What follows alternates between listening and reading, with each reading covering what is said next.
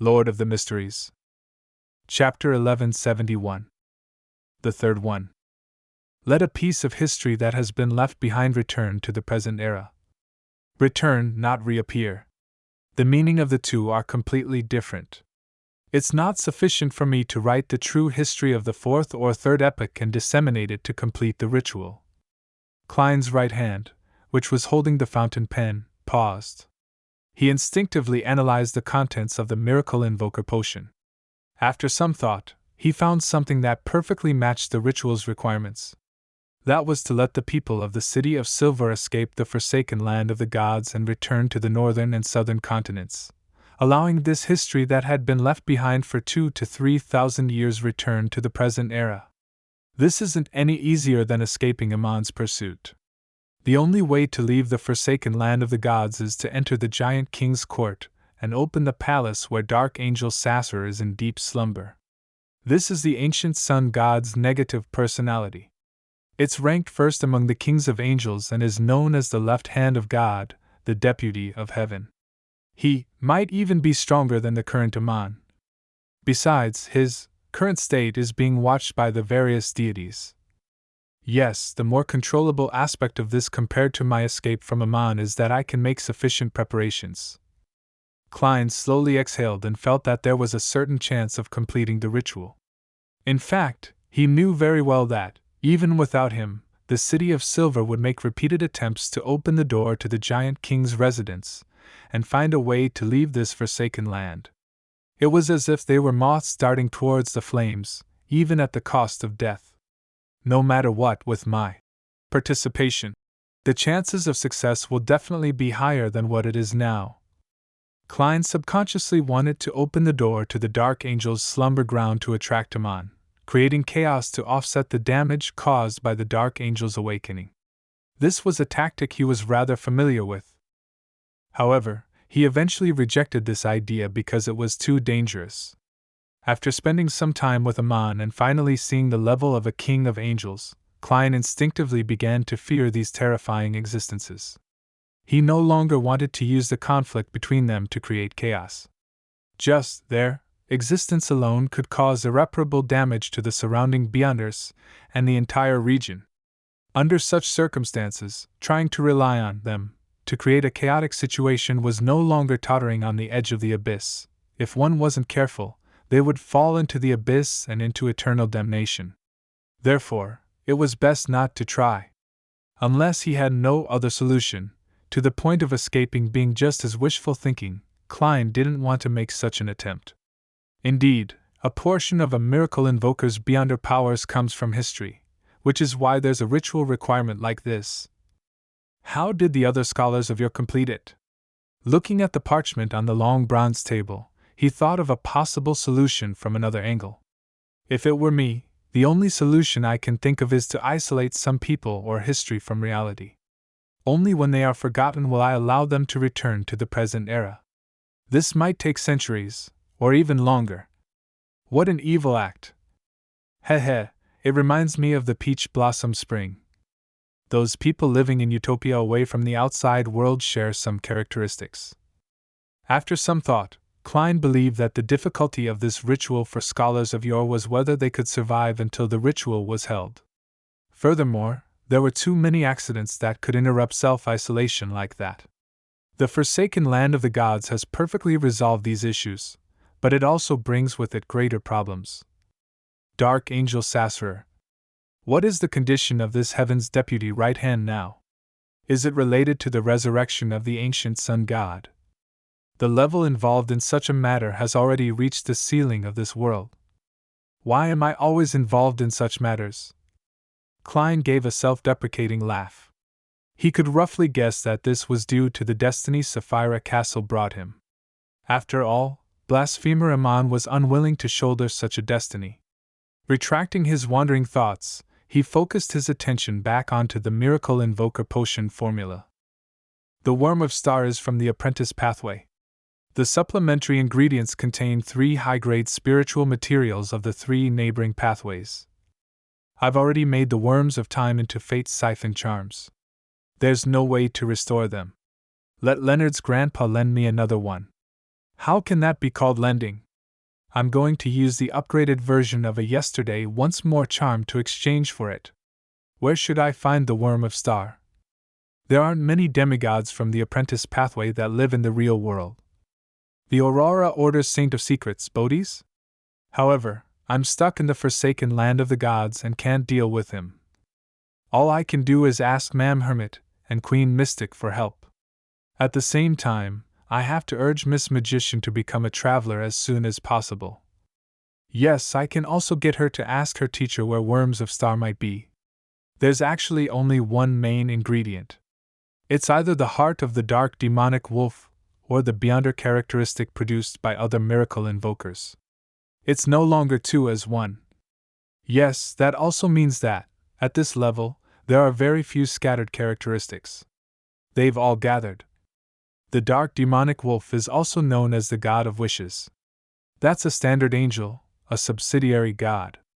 If I can't find any materials that can be used, wouldn't I be slaying a god? The level of an angel can already be considered a hidden existence. There's a fundamental difference from being a sequence 3. Just thinking about it makes me scared. After making a list of helpers that he could rope in, he felt a lot more at ease.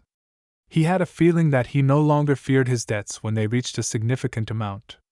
He lifted his right hand that was holding the fountain pen, and he continued to record what he had previously learned. Most of this was something he already knew, and he could only use it as a reminder. Finally, he wrote down incomplete information in the corner of the parchment. Sequence 1, Attendant of Mysteries. Main ingredients, 1 Attendant of Mysteries Beyonder characteristic. This piece of information meant that Sequence 1 Beyonder characteristics were difficult to obtain through other means, with only 3 to choose from. One of them is on the half-fool on the main peak of the Hornaces mountain range. It's with the uniqueness. The other is with Zeratul. There's still one more. According to what Leonard said, the true creator has clues to its location. Where could it be? Yes, Little Sun and the rest had hunted shapeshifters in the northern city ruins Noise. There seems to be a high-level existence of the seer pathway lurking there. I wonder if it corresponds to Miracle Invoker or Attendant of Mysteries. Klein gradually had a thought, and he planned on visiting Noise for a preliminary investigation after he resurrected and escaped Amon. After digesting the knowledge he had gained, he summoned his golden pocket watch from the junk pile and opened it to check the time. Before he destroyed the Blood Emperor's ruin, he had sacrificed many things that he didn't need in battle, above the gray fog to prevent any damage. Despite that, he still lost quite a bit after the battle and his eventual suicide. Furthermore, they were all extremely valuable. Just the thought of it made him almost lose control. Grozel's Travels, Death Knell, Creeping Hunger, Fate's Siphon Charm, Flaring Sun Charms, Marionette Konas and his equipment, Marionette Enemy and his 2 rings, and the Adventurer's Harmonica. No, I can't think about it anymore. Thankfully, I had thrown Azek's copper whistle above the gray fog ahead of time. Thankfully, I can still summon the historical void projections of these items. They're just accompanying me in a different form. Probably not for Grozel's Travels. Klein's temples throbbed as he couldn't help but feel heavy. He sighed and seriously mourned over the items, especially the mystical item that had accompanied him for a long time, Creeping Hunger. After a long silence, Klein forced his attention back to the present. As he waited for the tarot gathering to begin, he casually thought about the ancient sun god and the other matters such as Chernobyl. Suddenly, he frowned slightly. Since this is my hometown, there have never been transmigrators. They're all ancient humans that were released by Sapphira Castle. Then, do places like the Chaos Sea also have similar existences? Was Chernobyl converted into a sanctuary? According to what Amon said, and what I saw in my divination, the ancient sun god had indeed woken up in Chernobyl. Then, is he a transmigrator, released from Sapphira Castle, or a survivor of a sanctuary? If it's the latter, who's the third person inside the cocoon? Upon thinking of this, Klein was alarmed as his pupils dilated slightly. He already had a certain guess about the history of the elves. It likely had nothing to do with Sapphira Castle. This way, he still couldn't find the correct corresponding identity of the third, or more correctly, the first transmigrator. This transmigrator didn't seem to leave behind any traces in history. Without any hesitation, Klein's consciousness sank into the grayish-white fog. With the power of Sapphira Castle, he came directly to a certain part of history that was relatively distant. It was made up of many fragments of light, and the clearest one was the suspended Zhou Mingray above the door of light. And beside Zhou Mingray, the corresponding fog of history was instantly lit up due to his sufficient knowledge of Roselle. He saw a young man who also had his eyes tightly shut in the cocoon. There was no need to verify it. Through that sense of familiarity and spiritual intuition, he confirmed that this was the former incarnation of Emperor Roselle Gustav, Yuan Tao. Without bothering to appreciate the Emperor's true appearance, Klein turned his gaze to the other side. There was a transparent cocoon there, and the figure inside could vaguely be seen. As he had already seen the other hang figures, he had lit up many fragments of light in the fog of history. They interweaved and stimulated each other, barely allowing him to see the fuzzy area. The figure inside was obviously a woman. Female. A thought came to his mind as he realized that he had missed a direction when he analyzed the transmigrator. Transmigrators had an objective mindset. They could completely control themselves and not leave any traces that exceeded the times, but there was one thing that couldn't be avoided. It was very obvious that Sapphira Castle was related to the three pathways related to the seer, apprentice, and marauder. After the birth of a transmigrator, they had to quickly make a connection with one of these three pathways. Not only was Klein involved in the case brought about by the Antigonus family's notebook, but he also quickly had the opportunity to choose the seer potion. In Intis, where Roselle was active, there was the secret order, and he got to know Zeratul early on. According to this logic, the ancient sun god with the marauder authority was indeed one of the reasonable suspects.